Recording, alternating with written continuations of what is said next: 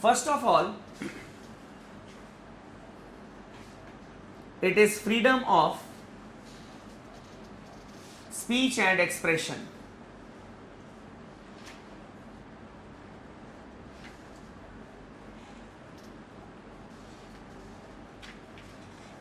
Freedom of speech and expression. Here you will say, sir, what is new about it? We also enjoy the right to freedom of speech and expression under Article 19, Clause 1, Clause A. We also have the right to freedom of speech and expression. What is new about it? This right to freedom of speech and expression is within the house of which the person is a member. And if the MP says anything inside the houses of the parliament, he is immune from any action in a court of law. Even if he has revealed something, he cannot be dragged to the court of law. For example, if a person or if a member of the parliament, he gets frustrated during the debate or something and he says that, yes, I have done this corruption, what you will do? Clear? The heat of the moment, he can say, yes, I have done it. Do you have any proof? What you will do? Even this will not be considered as a statement that he has given. He is not answerable for this in a court of law. He has admitted it in the parliament that he has done this crime. It is not like that. But whatever a member of the parliament speaks in the house should be in accordance with the rules and procedures of the house of which he is a member. There are certain words that are not to be used. We call them as unparliamentary language. That is not to be used. Then some unparliamentary actions are also there. The member should not adhere to them. And apart from it, the most important thing, that there should be no discussion in the parliament on the conduct of a judge of the Supreme Court or the High Court, except when a motion of removal is being discussed. You say, this is just to maintain separation of powers. The court will not interfere in what is happening inside the houses. That why the members spoke like this, why they behaved like this. The court is not going to inquire into this. Why the parliamentary, we can say, proceedings did not take place for 10 days. The court is not going to ask the members. But the members will also not question the conduct of a judge of the Supreme Court or the High Court under normal circumstances. They can discuss it only when they are discussing the removal of a judge of the Supreme Court or the High Court. We will not be taking care of what you are doing. You should also not take care or think that what we are doing inside the courtroom. If you are not happy with us, then on the ground of proved misbehavior or incapacity, bring a motion of removal and then discuss our conduct. This is the freedom of speech and expression which is there for the MPs. You may note it. An MP is immune. An MP is immune from any action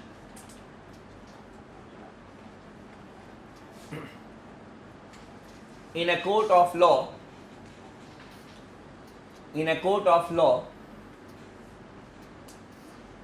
for whatever he has said,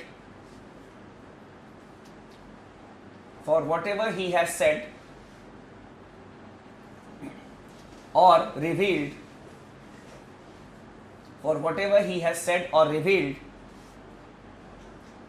inside the house.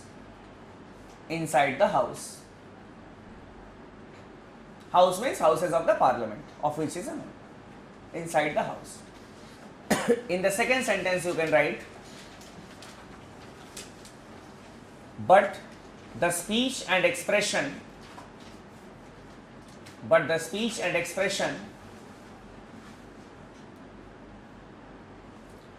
of a member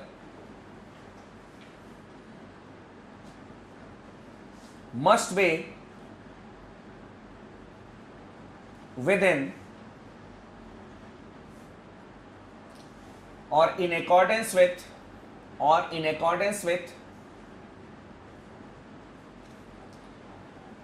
the rules and procedures of the house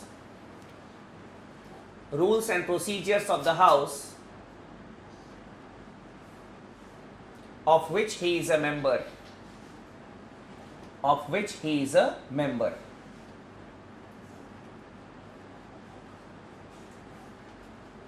Next, no discussion can take place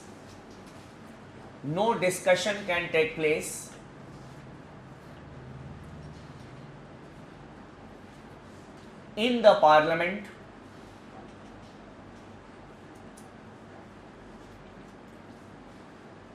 on the conduct of a judge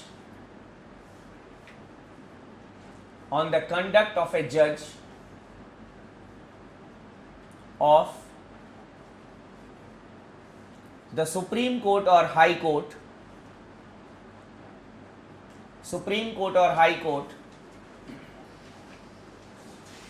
except when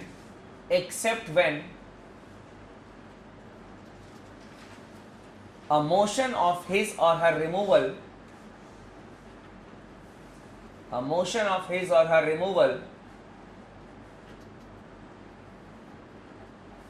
is being discussed in the House.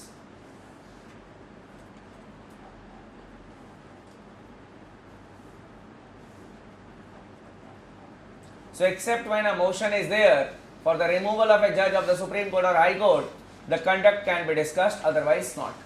The last sentence is important from the examination point of view. We can expect such type of statements in the prelims examination, that which one of the following is correct. Now coming to the second immunity, it is freedom from arrest.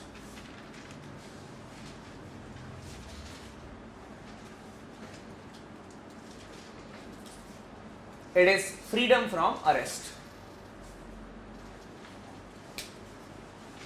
It does not mean that the MP cannot be arrested. This freedom is basically in civil cases, not in criminal cases or for contempt of court or under the preventive detention laws. It is only for the civil cases that the MP enjoys certain immunity. You may write it. An MP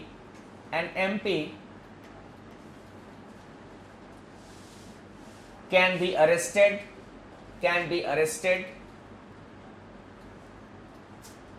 40 days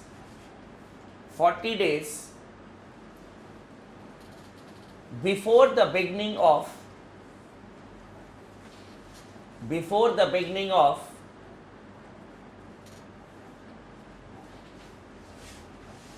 the sessions of the parliament, before the beginning of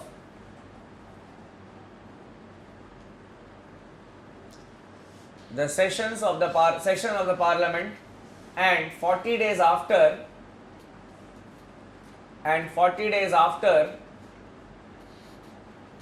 the end of the session, and 40 days after the end of the session in civil cases.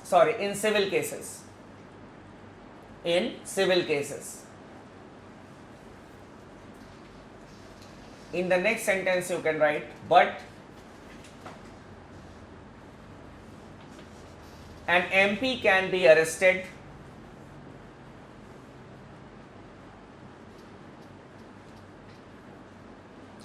in a criminal case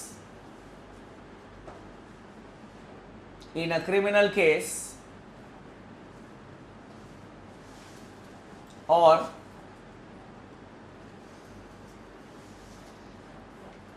under the preventive detention laws or under the preventive detention laws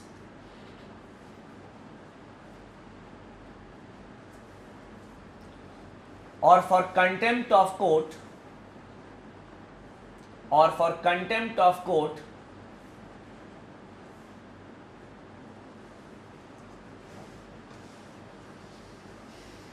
even during the sessions of the parliament,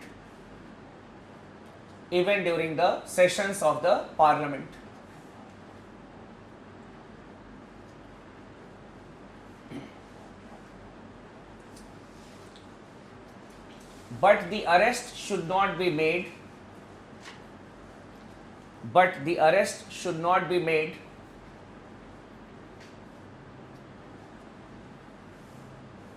from within the premises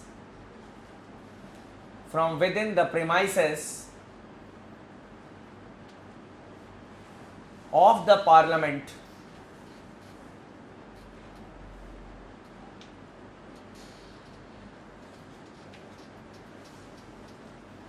and the presiding officer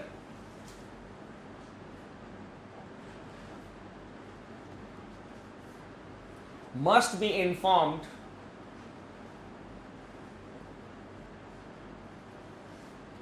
about the arrest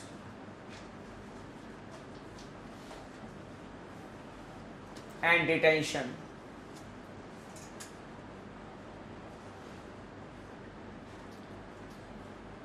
So the MP can be arrested in criminal cases or under the preventive detention laws like the Arms Act, Gunda Act, or we can say the National Security Act, and he can also be arrested for contempt of court. Two requirements are there. First, he will not be arrested from within the premises of the parliament, and secondly, after the arrest or detention, the presiding officer must be informed that one of your honorable member was doing some dishonorable work, that is why he is there with us.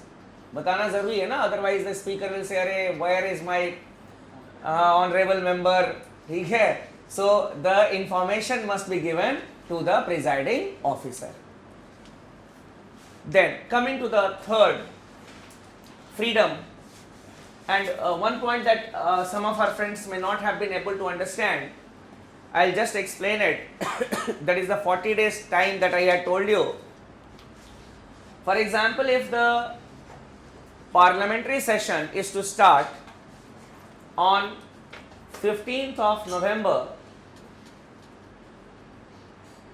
2015, the MP can be arrested in a civil case 40 days before this date. 40 days before this date, that is what we have written. And if the session comes to an end on 2nd of December, then the MP can be arrested 40 days after this date.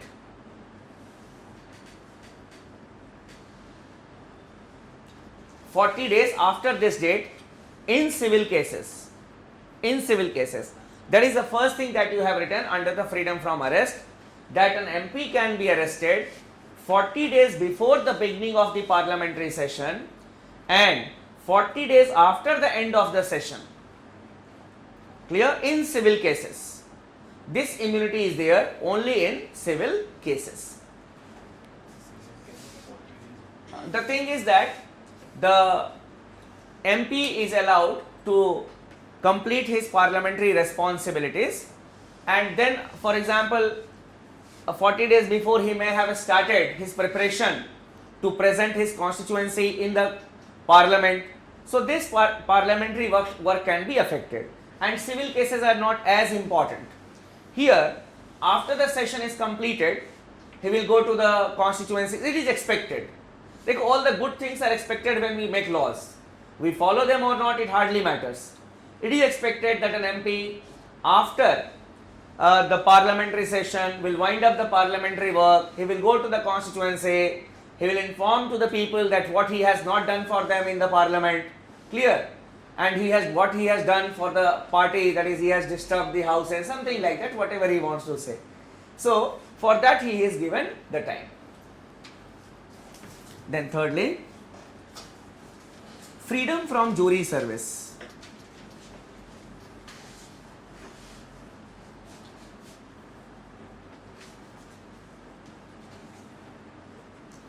Freedom from jury service.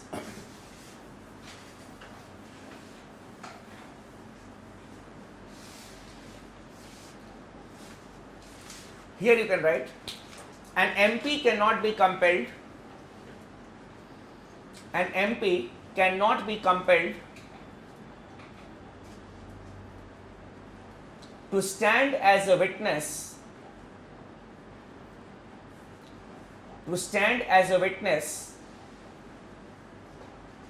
in a court of law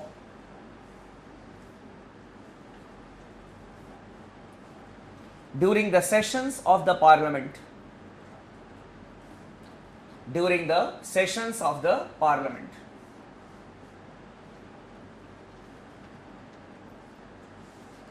So jury service here will mean standing as a witness in a court of law.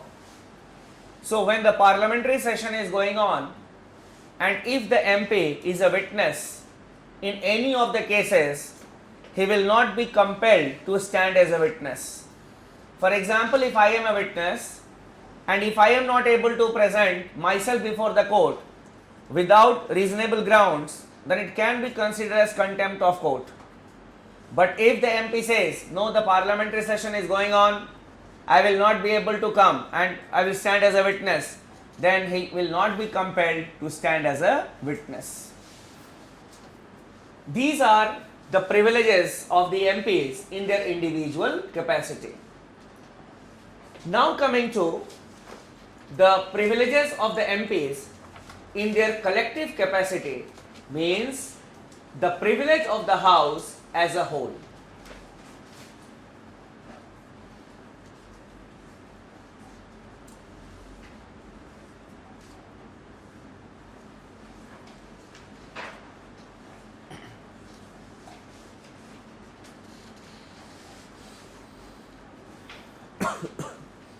The privilege of the House as a whole. The privilege of the Lok Sabha, the privilege of the Rajya Sabha, that is the privilege of the House as a whole. First, the House or the Houses can make rules and procedures,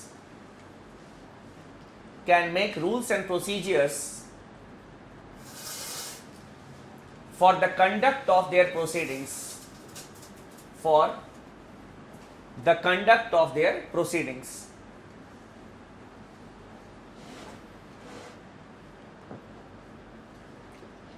So, in the constitution it is not written that how the houses will conduct their proceedings, but both the houses have their own rules and regulations. We call it as the rules and procedures of Lok Sabha and rules and procedures of the Rajya Sabha. That is known as rules and procedures of Lok Sabha, rules and procedures of Rajya Sabha. All the debates, discussions in both the houses of the parliament, they are held in accordance with the rules and regulations of their own houses. And both the houses have the power to make their own rules and regulation. That is how they will be going to conduct their proceedings. Secondly, the House has the power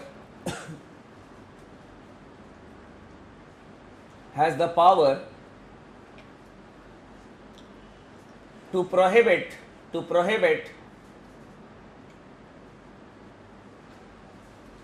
publication of its proceedings.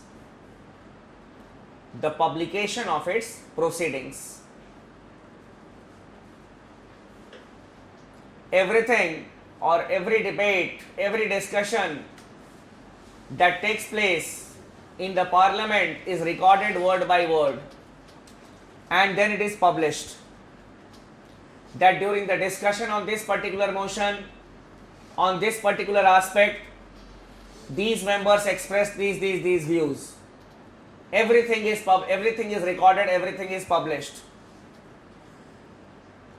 The power not to allow the publication or not to allow the recording is there with the presiding officer also and with the members also.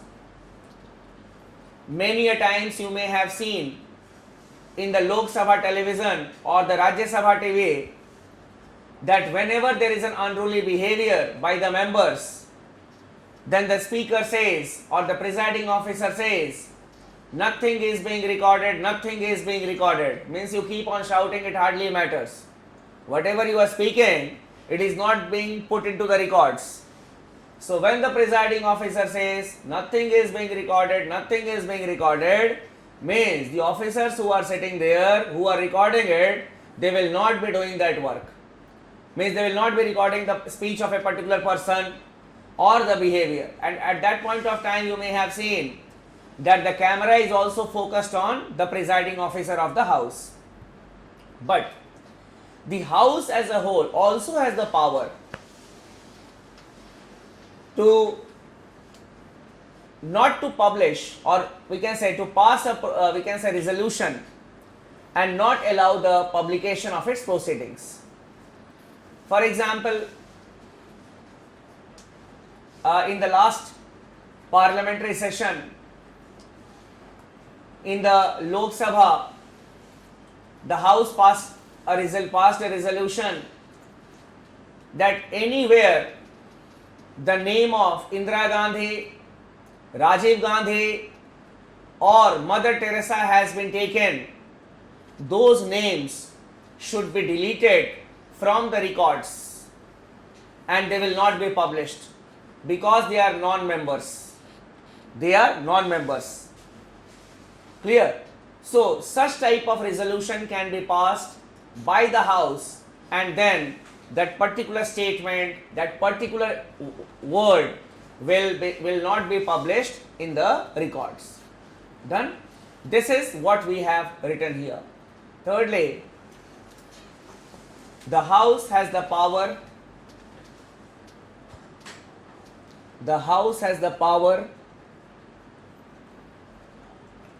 to punish the individuals,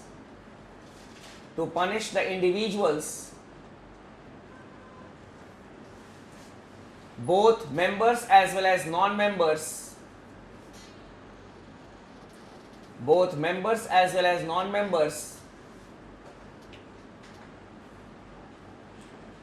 for its contempt. I repeat, the house has the power to punish the individuals, both members as well as non-members, for its contempt. Nowhere the word contempt of parliament has been defined. That what can be termed as contempt of parliament. It is a very vague term, and it all depends on the members of the parliament to interpret that what can be the contempt of the parliament. Some common things which can be taken as contempt of the parliament is misinformation in the parliament on the part of a member as well as we can say a minister.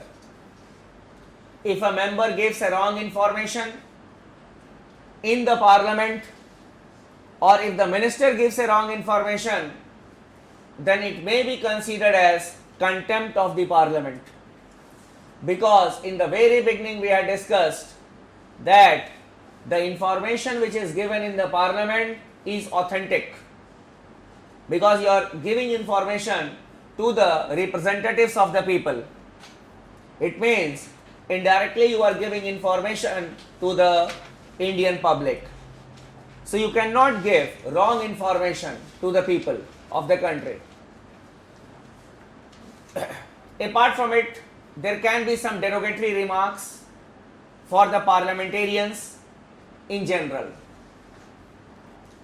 A classic example I will give you. The year was 2008 and the Indo-US nuclear deal was being signed, and Ranjan, who was the Indian ambassador to the United States of America, was very much instrumental in the signing of the Indo-US nuclear deal. The left MPs, the MPs belonging to the left political parties and also the BJP were opposing it. Ranjan gave a statement that those who are opposing the Indo-US nuclear deal, they are headless chickens. They are headless chickens. It became famous as headless chicken remark. The MPs belonging to the left political parties and the BJP, they felt that, and obviously they were correct, that the statement of the diplomat aimed at them only. So they said, how the diplomat can dare to say that we are headless chickens, we are the representatives of the people. And a privilege committee was set up in both the houses of the parliament because it was considered as breach of privilege. Breach of privilege. So a privilege committee was constituted in the Lok Sabha as per their rules and procedures, and a privilege committee was set up in the Rajya Sabha in accordance with their rules and procedures, as the MPs belong to both the political, we can say both the houses. Ranjan was summoned before both the committees. He apologized before the committees that if my words have hurt the sentiments of the members, I apologize for it. I did not mean to hurt them. Then the committee said, okay, excused, and he was excused. So such type of, we can say, vague things are there. Contempt of parliament. This is what we have written here. Fourthly, the house can prohibit the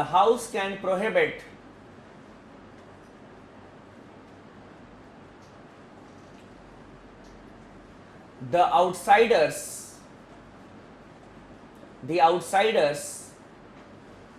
from the proceedings of